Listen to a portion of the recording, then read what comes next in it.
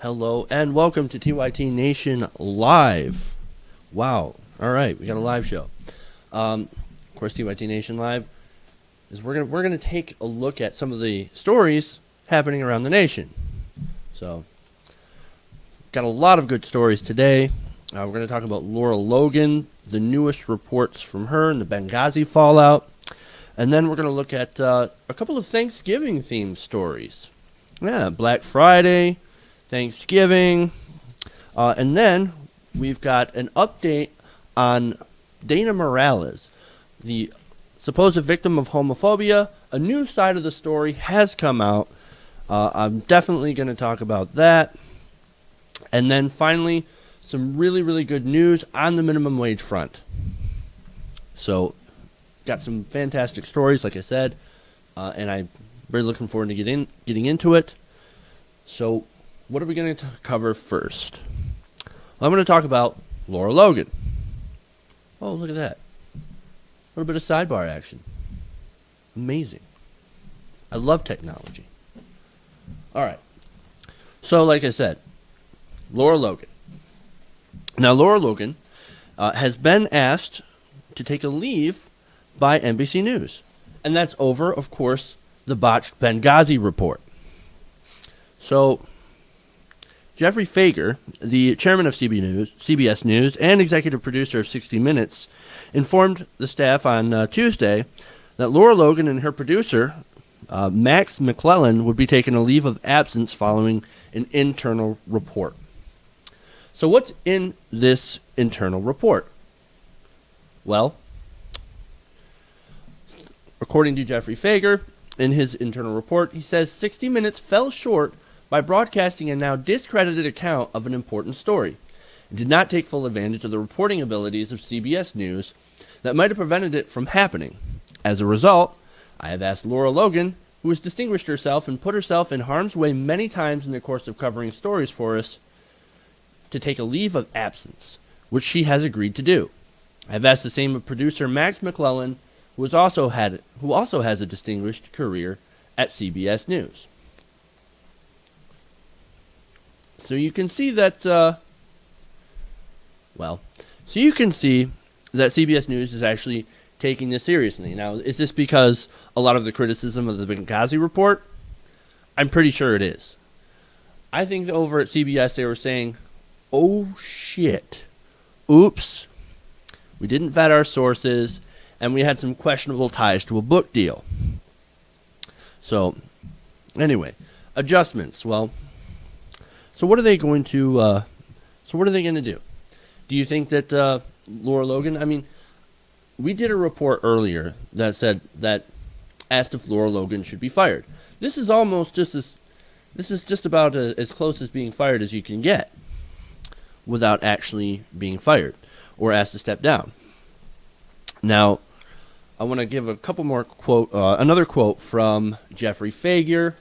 So let's go and take a look at that quote. He said, "When faced with such an error, we must use it as an opportunity to make our broadcast even stronger. We are making adjustments at 60 Minutes to reduce the chances of it happening again." So like I said, they're making adjustments over at CBS News. I wonder if they're going to replace Laura Logan now that she's been asked to take a leave of absence. And right now, from what I could tell, it's actually seems to be a permanent leave of absence, which makes me think that they basically made her step down over this. So, now, why do you think that she was asked to step down? Well, according to the internal report about the whole Benghazi thing, and it's something that struck me, is that her producing team was trying to look at this story from a different angle. Well, what angle were they trying to play? They were trying to play the Fox angle. At least, in my opinion, that's what they were trying to do. I mean, because look at the ratings that Fox News gets. And look at how much play this Benghazi story had actually been doing over at Fox News. It's Benghazi, Benghazi, Benghazi, Benghazi. They just keep on playing this story over and over again. And they're getting massive ratings for it.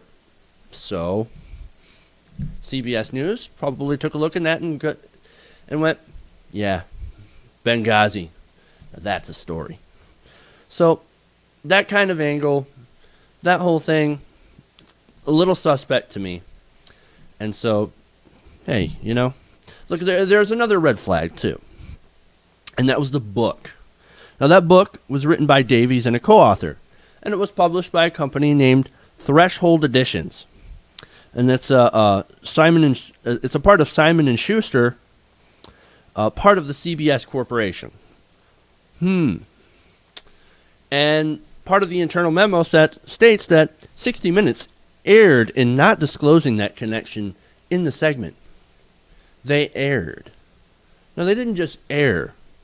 They intentionally misled people when it came to this book deal. That's important information to know, that your source just happened to be writing a book that just happened to be tied to the parent company at large. That's not an oversight. That's not an error. That's intentional. At least in my opinion, I think that was intentional. That they were trying to slide this story down so that they can make a couple of bucks off of it. Now, call me conspiratorial, but but I think that that's true. So, and look, I'm actually glad that they were consistent on this issue. Now, I didn't watch a lot of 60 Minutes lately. Okay, so I don't know about Laura. I don't know a ton about Laura Logan and her reporting. What I know from this situation is that she messed up. So, and looking back at what CBS did with Dan Rather, I think that by, asking her to take a leave of absence is more consistent with what happened to Dan Rather. Because they did the same thing over the controversy that happened under George W. Bush. So do I think that it's fair? I think it is. Because they're being consistent. Now, do I want Laura Logan to starve? No, of course not. But maybe she should do something else. Maybe she should do something smaller. Get a role at a smaller station and relearn the basics of journalism. That's just my opinion on that. All right, so that's enough about Laura Logan. Let's get into another fascinating story. This time it's a poll. So let me get into this here.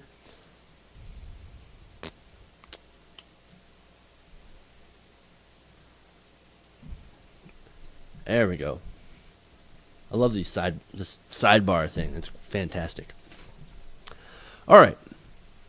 So according to a Huffington Post YouGov poll, 62% of Americans think businesses should close on Thanksgiving so workers can have the day off. Now, Americans are sort of angry at this holiday creep, and they're also angry that people are working on Thanksgiving. Now, Americans don't really have a huge problem with Black Friday, and I'll get into that, but I think a lot of them aren't interested, especially when it comes to extending Black Friday to the day before. Now, 27% of Americans said that they think that stores should feel free to stay open if there's a demand for it. So definitely the minority. Most people think, hey, it's Thanksgiving. It's time to give thanks and to spend time with your families. Not go out and try to get a doorbuster deal, which is often more crap anyway. So that's encouraging. That's very encouraging to me. Now, what's amazing about this poll is that there was virtually no partisanship involved in this. No partisan division whatsoever over the idea of stores opening for the holiday.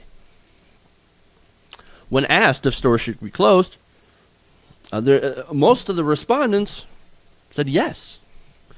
And I'm going to go down by party affiliation. 65% of Democrats say that, yeah, on holidays, close the store. 63% of Republicans and 60% of independents. Families, the holidays are for families. And that's what they're all saying. A majority of all Americans say, close your damn stores, give your employees the day off. So and open them up on Friday. You know, don't do this thing on Thursday where you open at 6 o'clock for Black Friday. Black Friday does not. It's not Black Thursday. It's Black Friday. Now, 13% of respondents say that they prefer retailers stay open on Thanksgiving. That's the minority. That's really small number of people, and I'm assuming a lot of them are business owners. I'm not saying anything, but I'm saying something. So now, 74% of people say that they prefer businesses to wait to open till Friday. Once again, people want their holiday. So only 7% of people, and I found this is pretty amazing. 70% of people said that they would be shopping on Black Friday. So that's also encouraging, because I've done a lot of stories on Black Friday, and there's been a lot of bad news about people getting trampled and all sorts of maced, all sorts of terrible things happening on Black Friday. I mean, it's not worth to go out and get yourself crushed by a mob for a cheap piece of Chinese crap. And I'll get into that too. That's another story. Now, actually, I'm going to get into that right now.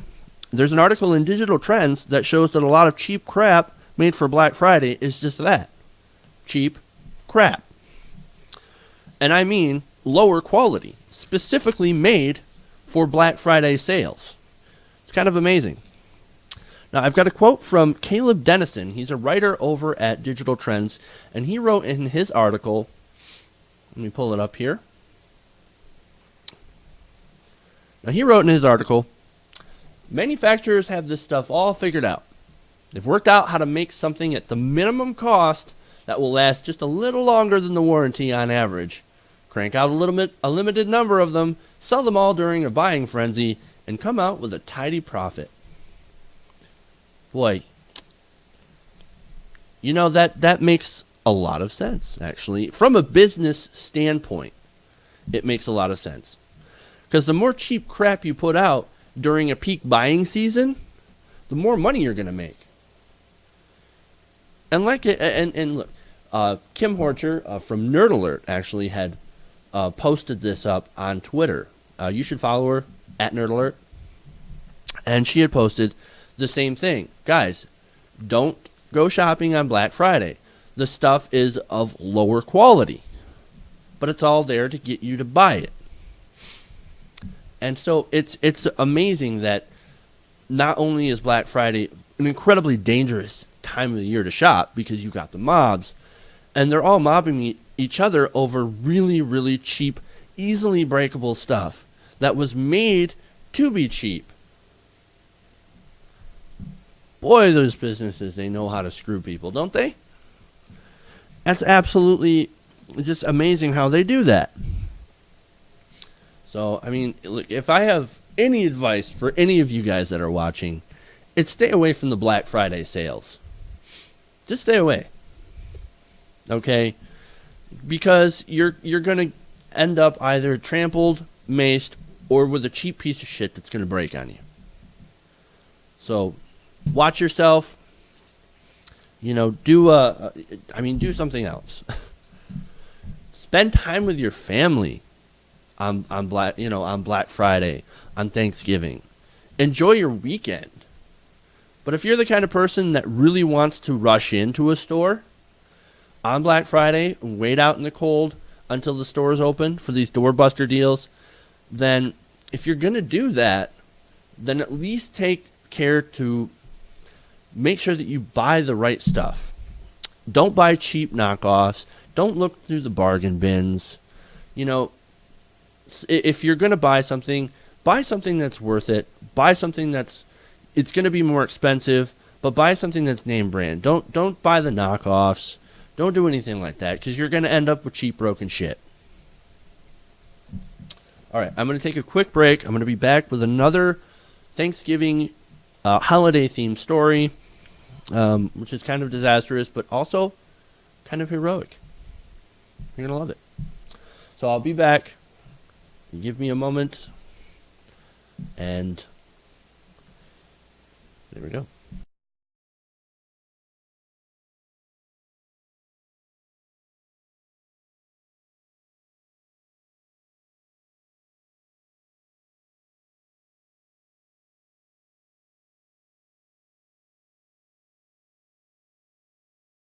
up with cheap, broken shit.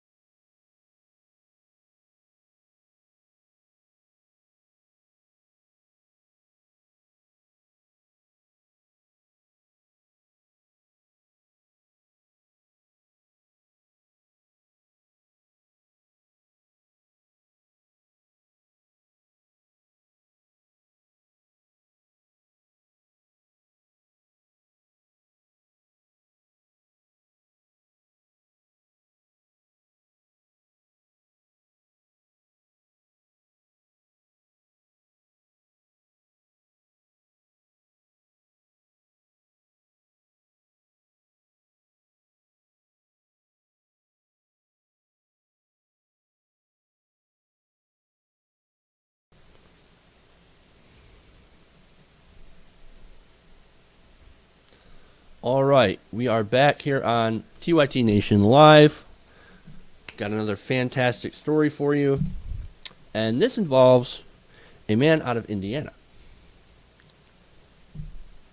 So this man, an Indiana Pizza Hut manager was fired because he wanted to give his employees the Thanksgiving Day off.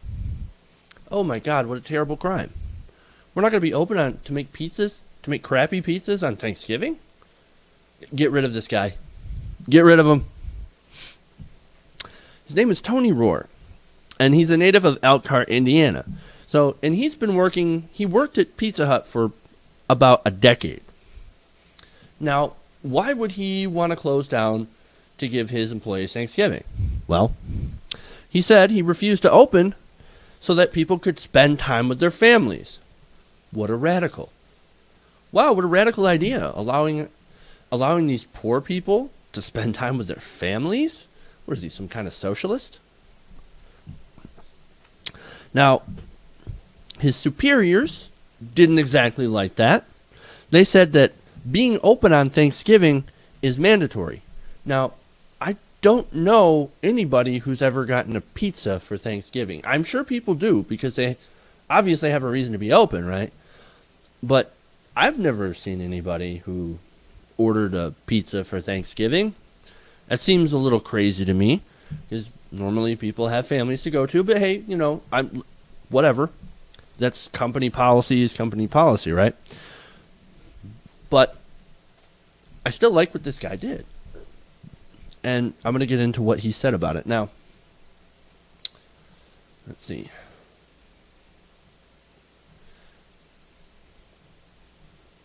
Now he says, I said, why can't we be the company that stands up and says we care about our employees and they can have the day off? Thanksgiving and Christmas are the only 2 days that they're closed the whole year. And they're the only 2 days that these people are guaranteed to have off and spend it with their families. I love that. I absolutely love that. I think that this is a great thing that he was doing. Now, after he refused, of course, his boss demanded that he resign. Now, Tony's Rohr's like, I guess I'll step down, but his boss also wanted him to write a letter of resignation. And Tony said, nope, I'm not going to do it. I'm not going to write that letter. I'm going to write my own letter. And that letter states, I am not quitting. I do not resign. However, I accept that the refusal to comply with this greedy, immoral request means the end of my tenure with this company. So he's saying, guys, I'm not quitting. I'm not resigning. So that means I'm going to be fired. But I'm going to do it anyway so that I can stand up to this company and stand up for what I believe in. Now, I love that. That's why, this is kind of a bittersweet kind of thing. Because, for one, he's standing up for workers' rights, which I love. But another thing is that he's losing his job over it, which also really sucks. So, but he had another great quote. Now, he said, I hope you realize that it's the people at the bottom of the totem pole that make your life possible. That's another thing we tend to forget here in America, is that you wouldn't be successful if you didn't have workers. Especially, when you look at fast food, when you look at the fast food industry, there are so many workers, but they're treated like they're disposable. They're treated like you can just throw them away. And that's essentially what it is. But they don't realize the hard work that these people put in, and it is hard work to work in fast food. If you've ever worked there, you know. If you've ever known anybody who's worked there, you know. It's hard work. And they really ride you in those places. And so, it's good to have somebody that's actually standing up for fast food workers. And saying, look, I don't want to make you work on Thanksgiving. You deserve to have time home with your families on the holidays, at least. And so, and look, another thing is that the bosses, of course, are saying, no, he quit. He didn't get fired, he quit. I don't buy it. Because, a lot of employers will use that trick of saying, we're going to ask you to step down. We're going to ask you to resign. So we don't have to fire you. So we don't have to give you unemployment benefits. It always comes down to the money, doesn't it? And basically, it's the company's word versus Tony's word. So, but look, man, I'm siding with Tony on this one.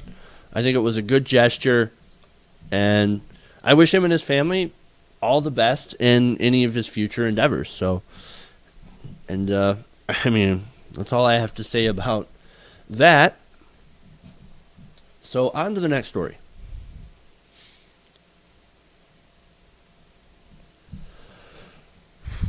So, you remember Dana Morales. She was the supposed victim of homophobia. Well, some new information has come out to say that maybe that's not entirely the case. Now, the New Jersey couple that was accused of not tipping server Dana Morales because they didn't approve of her lifestyle have come forward to refute these accusations. Now, this couple, they of course choose to remain anonymous for various reasons. Says we tipped her. We gave her a nice tip, and we didn't write anything on this receipt. And so I don't know where this is coming from. And they actually have some sort of evidence to back it up. They said they have a $115.55 credit card bill to back them up.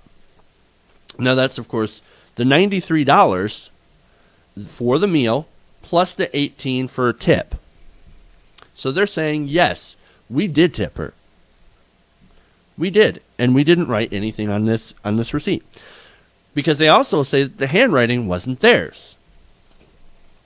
Now, let me see if I actually have a picture of the receipt somewhere here. Let me just bring that up.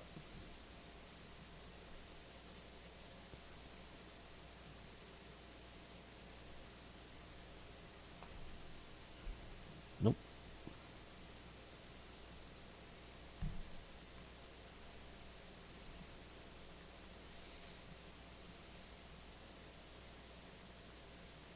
All right, I don't have the image of the receipt here. Sorry about that. It's amateur hour here. Nonetheless, they're saying that the handwriting wasn't theirs.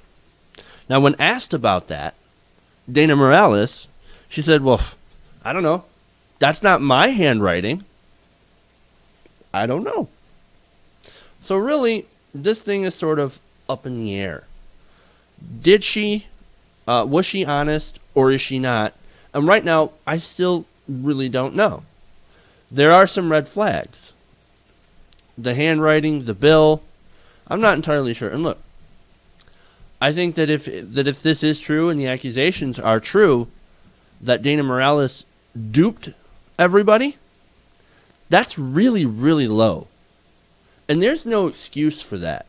Because not only did she lie, supposedly lie, I'm not saying for sure, but not only did she supposedly lie, but she was actually taking donations from people. Now, she says she was going to give it to Wounded Warrior. Now,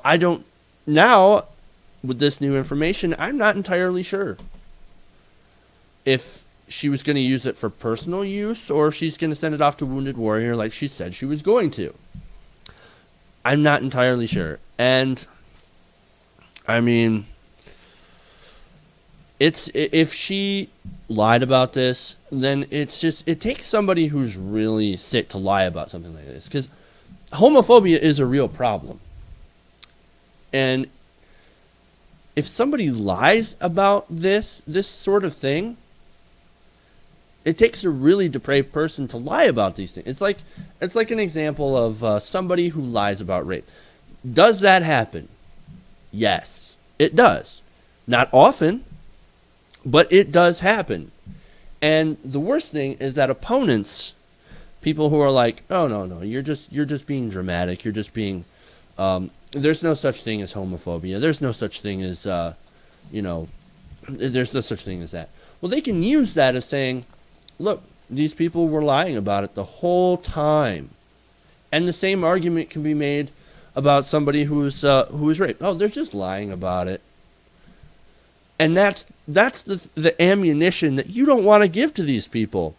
And if you do things like this, if you lie about something in order to get attention, in order to get donations, that makes you a terrible person.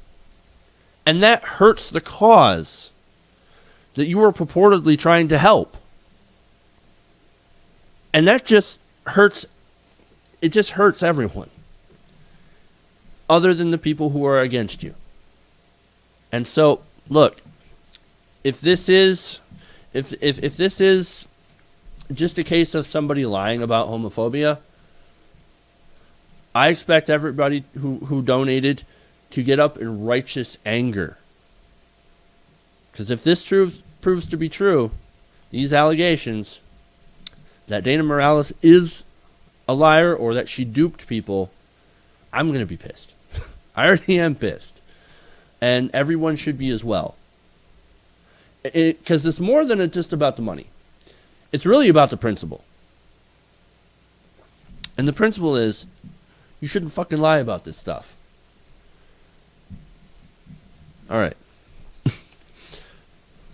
So I just had to do that story correction. Because, I mean, when I did a video about it before, it was supposed to be a good video. You know what I mean? It was supposed to be a story of, hey, somebody who took a bad situation and turned it into a better situation. It's stories like this that, stuff like this that makes me cynical again. It's just not right. It's not right at all. All right. Moving on from that, we got our final story. And this is our feel-good story of the day. And this is about minimum wage. Boom, here comes the money. Here comes the money. I love these sidebars. All right. So a ballot measure in SeaTac, Washington, in the SeaTac area of Washington, and that's a suburb of Seattle, has just passed the highest minimum wage in America. The highest minimum wage. Now, what is it? $9, $10, $11? Nope, not 11. $12. Come on, $12 minimum wage. No, not $12. $13. No, $15. They have passed a $15 minimum wage in Washington. How progressive has Washington been lately? Legalizing marijuana. And now a $15 minimum wage. Yes, it's just in the Seattle-Tacoma area. But this works. This could spread. And that's awesome. Now, the vote was really, really close, of course. Now, it's a really small area, too. But this cleared by a 77-vote margin. And it still has the capability of being challenged. But it has been confirmed that this has passed. Now, what's funny is that business and labor groups, they spent a ton of money on this. They dropped $2 million on this ballot initiative. Both business and labor groups, with the lion's share actually being labor groups. So in this case, big money has actually benefited the workers instead of hurt them. You can't really go wrong with that. Now, another funny thing is that this town, this part, SeaTac, is only home to 12,000 people. So, just imagine that huge amount of money to sway the votes of 12,000 people. $2 million. And to put it in comparison, to put it into context, the amount spent on this ballot initiative was more than two candidates that ran for mayor of Seattle. They spent more on one ballot initiative than two mayoral elections for Seattle. That is crazy. That is absolutely crazy. It's a lot of money. Now, another good thing about this is that this bill is going to be tied to inflation. So not only are you getting a $15 minimum wage, but you're tying that to inflation. So it will always be worth that much money, even if the cost of living goes up. That's fantastic. Now, another thing about this bill is that smaller businesses were exempt from this. So I don't want to hear this bullshit about you're hurting small business. You're going to kill small business. Well, small business, exempt from this. It's only the big guys that they're going after. The Walmarts, the McDonald's, those places, that's who you're going after, which is great. Now, the law also would apply only to certain employers in and around Seattle-Tacoma International Airport. So, you've got your exemptions there for small businesses and certain other businesses. So, there you go. But ultimately, this is going to put more money in the pockets of regular people, which will help business, especially small business.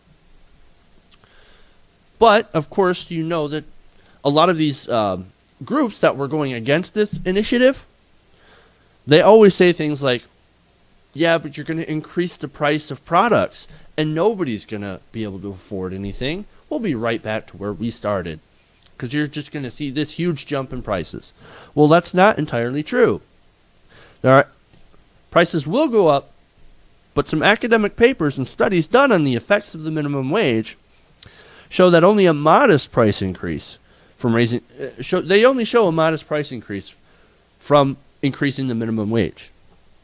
For example, a 10% increase in the wage equals a 0.4 to 0.7% increase in prices.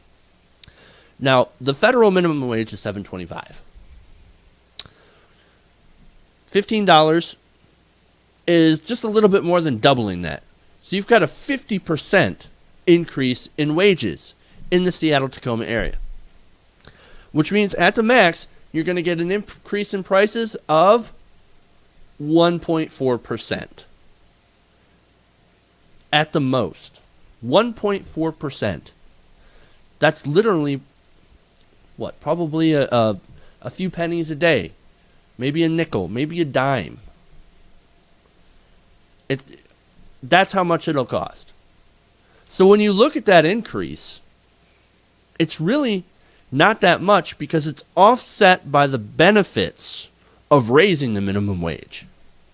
And that's something that people have to understand. Yes, it's true. It will raise prices. But do you know how much? When you look at the numbers, you realize that no, it's not going to be a dramatic increase of prices. A Big Mac is not going to cost $10. Okay?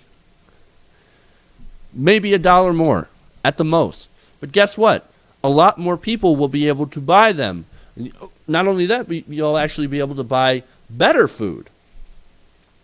Not only that, but this will help small business as people will actually want to shop at small businesses. You see, small businesses, they usually charge more. They're not Walmart. Walmart gets all of their stuff from China. They get cheap shit. And they make their own cheap shit. So they can sell it cheap. Small businesses, they can't do that. They don't have the connections. They don't have the government connections either. So they can get their stuff and they can sell it cheaper than a normal store. But you put more money into people's pockets and they will be able to actually shop at those small businesses instead of shopping at Walmart. And that's going to help to the community because that's going to get across to the community. The money is going to stay in the community, not leave, not end up going into some Washington lobbyist's pocket that is owned by Walmart. That's not going to happen.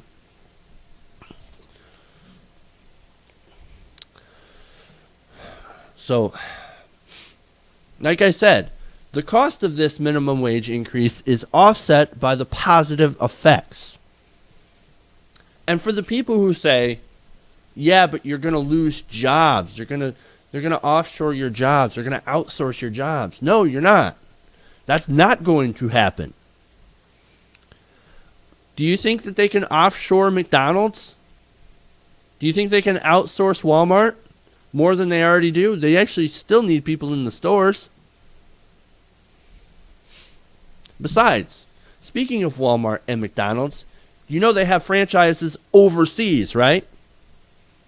They have overseas franchises, and they do just fine. In places that do have a higher minimum wage. Take, for example, Australia. McDonald's is there. And you know what? They're profitable. And the people, the workers are profitable. So it drives me crazy when people are against the minimum wage, against raising the minimum wage. Because they are misinformed, or they think that all low-wage workers are lazy and should get a better job. Well, speaking of jobs, where are the jobs? Where are the jobs? And also, on the topic of jobs, they also say, right-wing pundits and people who don't understand, people who are ignorant to this whole thing, they say that, well, like I said, you're going to lose jobs, right? And you're going to hurt youth employment. You're going to kick out all the younger people. You're going to replace them with, you're going to price them out of the market. Well, according to studies, youth unemployment is already really, really high. They've already been priced out, or I should say not priced out, but they've been pushed out by people who are older and who lost their jobs during the financial crisis of 2008.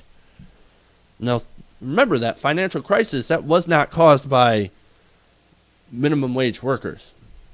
That was caused by multi-billion-dollar CEOs and bankers. Those are the guys that crashed our economy, and that's why a lot of middle-class people have lost their jobs, and that is why most of them now have pushed out the younger kids from their jobs at McDonald's and have now taken 2 or 3 jobs just to support their families. That's the truth of it. That's what's going on. And the effect of raising the minimum wage on unemployment is negligible. Studies have shown that there is no effect on employment. Actually, no bad effects on employment. It actually helps employment. According to a study by, According to a research by economists David Card and Alan Kruger, in 60% of the states that raised the minimum wage during the periods of high unemployment, job growth actually increased faster than the national average. You raise the wage, you give people money, you put money in people's pockets, and they will spend it, and that will grow the economy. The U.S., we're an economy, we're a service economy, and we're built on consumerism. We're a consumer economy. We go out and buy things. That is why when 9/11 happened, Bush told us to go shopping. That's why things like Black Friday are so important to the national culture.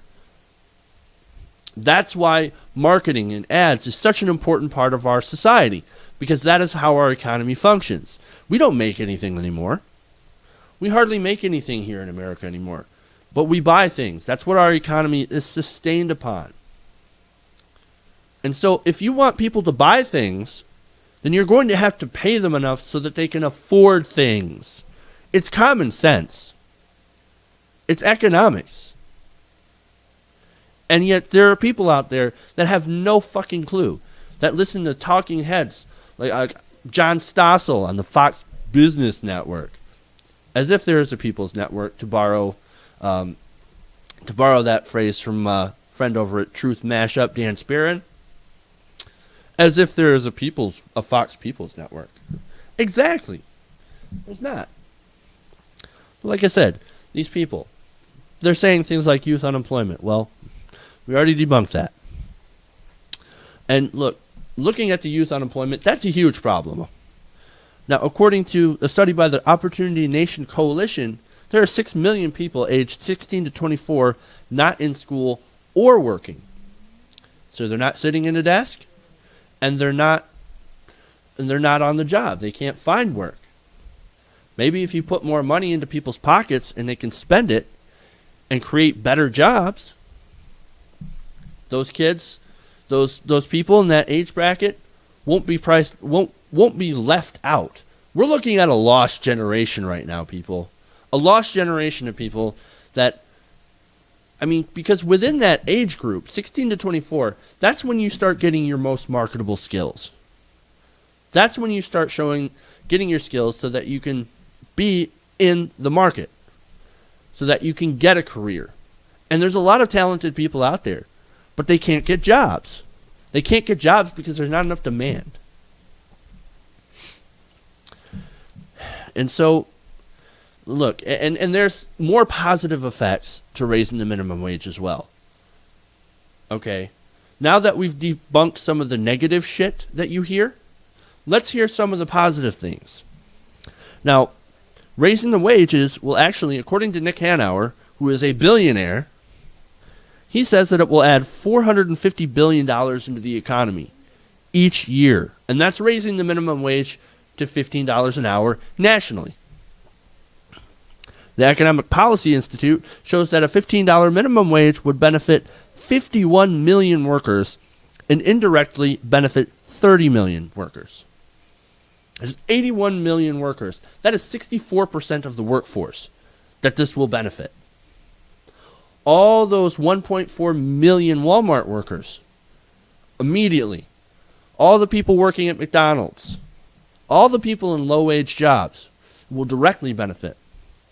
And then communities will also benefit. Small business owners will benefit because people won't be forced to shop at Walmart because they get paid poverty wages. They will actually be able to shop at small businesses because they can afford small business products that are often more higher quality anyway. Colbert did a fantastic segment on this, on the minimum wage, and he made a great point. Those who shop at Walmart can barely afford to shop anywhere but Walmart. It's a great self-sustaining business model, but it's terrible for the community. And it's terrible for the country. And it just increases the problem of wealth inequality that we have. And we have a major problem with wealth inequality. And that's another thing that a lot of people don't understand and don't want to address. So, and you know what? Well, how do the American people feel about the minimum wage? I want to end on that because I think this is also really important. Now, according to a Gallup poll, 76% of Americans want to raise the wage to at least $9 an hour. Well, CTAC has actually done a lot better than that. They said, yeah, $9, not enough. $15, go. Raise that wage.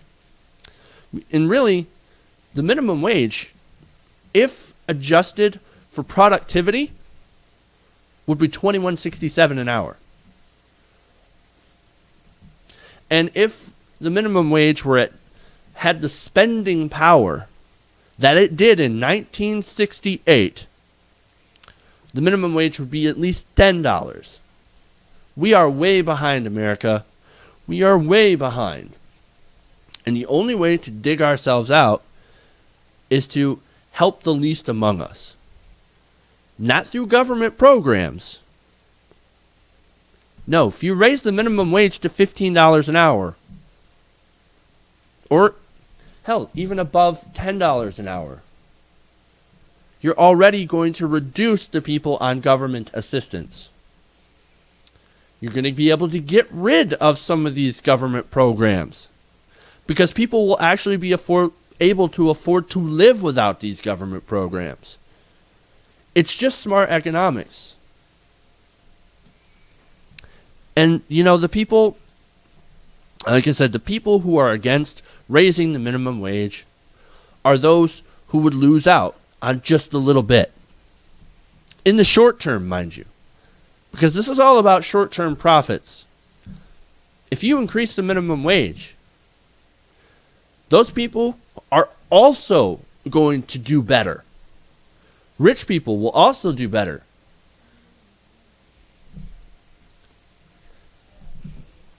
The government will do better. Rich people will do better. Poor people will do better. Small businesses will do better. You don't hear any of this, though, when you listen to Fox News. You don't hear any of this on right-wing radio. You don't hear a lot of these facts. It's because that they have a vested interest in short-term profits. And that's what's really driving the conversation. It's all about the short-term gain. And they don't care. They don't care about their workers. They don't care about their people. They don't care. And that's why they fight against these things. But I think that the minimum wage being raised to $15 an hour in Washington, it's going to spread. It's going to, I think once people realize that it's going to only help in that area, it's going to spread. You're going to get a minimum wage increase. And I'm glad they were able to do it at the local level. I keep saying over and over again, that's how you get things done. And you know what? They got it done. They have a $15 minimum wage. Now can we see it happen more? I hope so. But you're going to see a lot of fighting against that. Once the business community nationally sees this, their heads are going to explode. And you better believe they're going to be dropping money bombs all over the place. All right, that's all I got for you today. That's my big rant on the minimum wage. It's going to help more people than it'll hurt, you know. It's going to help more people. It's going to help everybody in the long run. And that's it. All right. So, thank you guys for watching TYT Nation Live. If you guys have any story ideas, make sure to tweet me at Jeff's Politics or post it on our Facebook page at www.facebook.com/TYTNation. And then, of course, we have a fundraising campaign. Yes, we have a fundraising campaign. It's separate from the Young Turks. It's www.patreon.com/TYTNation. We're looking for patrons to contribute $3 to $5 a month. $3 to $5. If I get a few people donating $3 to $5 a month, I can do a lot with that. I can upgrade my equipment. I can upgrade my cameras. I can get a better streaming service. I can get a better microphone. I can do a lot of things with just that much money. So I appreciate it if you guys would chip in, support independent media, support a partner of the Young Turks, and support the Young Turks Network. I'd appreciate it. So thank you guys for watching. I also appreciate you guys watching. So just to let you know, thank you guys. We'll be back on Monday. We're taking Thursday, Friday off, vacation. Hope you guys have a safe and happy Thanksgiving. Don't forget to like and share this video. I also appreciate that. And that's all I have to say. I will see you back again here on Monday, hopefully around 3 p.m. We'll see how that happens. We'll see how that works out. I'm trying to aim for 3 p.m. And, of course, next week we'll also have the return of Rhiannon Avenine Social Justice Hour. So make sure to tune in then. That's Friday nights, 9 p.m. Thursday nights, we also have a TYT community panel. Tune in for those. They're a lot of fun. So, with that said, see you on Monday. Have a safe and happy weekend. Bye.